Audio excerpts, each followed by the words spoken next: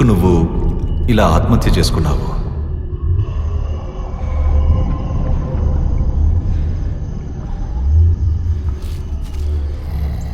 భార్గవి బంగారం, ఇంకొంతకాలం నువ్వు ప్రాణాలతో ఉండుంటే నిన్ను గట్టిగా కౌగిలించుకొని ఎన్నో వేల ముద్దులు పెట్టి నిన్ను గాఢంగా ప్రేమించేవాణ్ణి.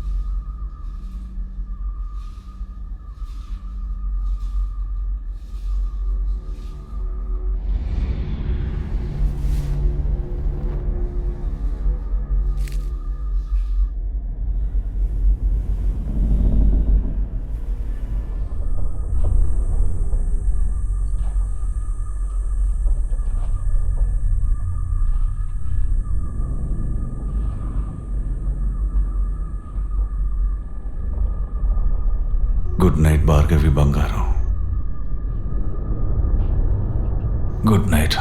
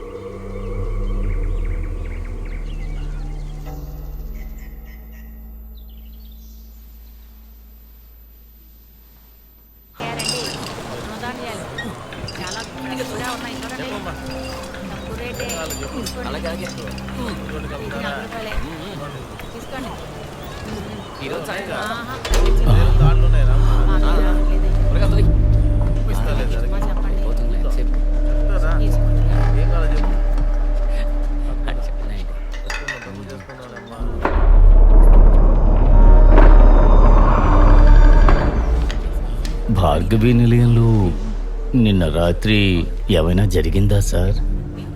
ఏం జరగాలి? నేను బాగా నిద్రపోయాను.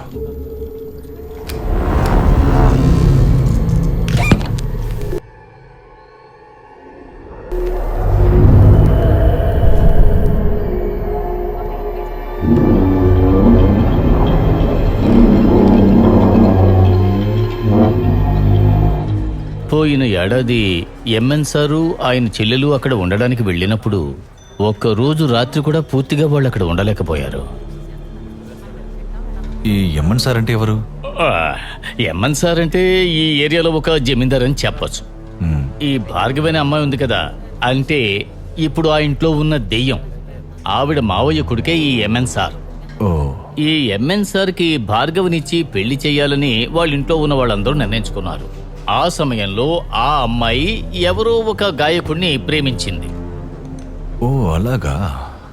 ఈ కథ ఇలా వెళ్తుందన్నమాట. కథ అంటే మీరు ఆ భార్గవి గురించి కథ రాయిపోతున్నారా? రాయాలంటే జరిగిందేంటో నాకు తెలియాలి కదా. ఆ అమ్మాయి మంచిది కదని ఎంఎన్ సార్ అంటూ ఉంటారు. ఎందుకైనా మంచిది మీరు జాగ్రత్తగా ఉండండి. ఈ భూమి మీద ఎన్నో కోట్ల మంది మనుషులు చనిపోయి ఉంటారు సార్, కానీ ఇది ఒక ఆత్మహత్య. శపించబడిన చోటు ఆ భార్గవి నిలయం.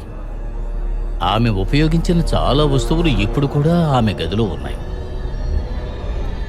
రాత్రుల్లో ఆవిడ పంది కుక్కలాగా, కుక్కలాగా, పిల్లిలాగా మారి తిరుగుతుందట.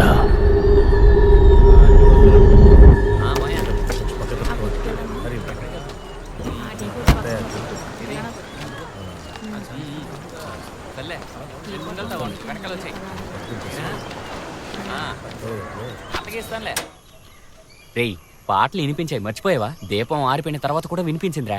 ఖచ్చితంగా ఆ తర్వాత ఏదో జరిగిందిరా. నిన్న ఆయన అక్కడికి వెళ్లకుండా మనం ఆపుండాల్సింది. ఎంత ప్రేమలో విఫలమైతే మాత్రం సొంతంగా ఒక నిర్ణయం తీసుకోవడం కూడా చేత కదంటావా? ప్రేమ అత్తనా? ఆ. ఇప్పుడు చెప్పి ఏం ప్రయోజనం?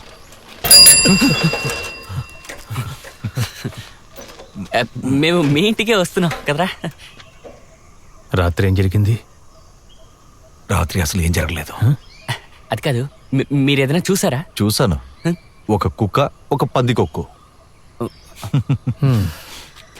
మీరు అనుకున్నట్టు అక్కడ ఏ సమస్య లేదు. మీరు నాతో ఉండండి. ఏ, నాకు తోడుగా ఉంటారు కదా.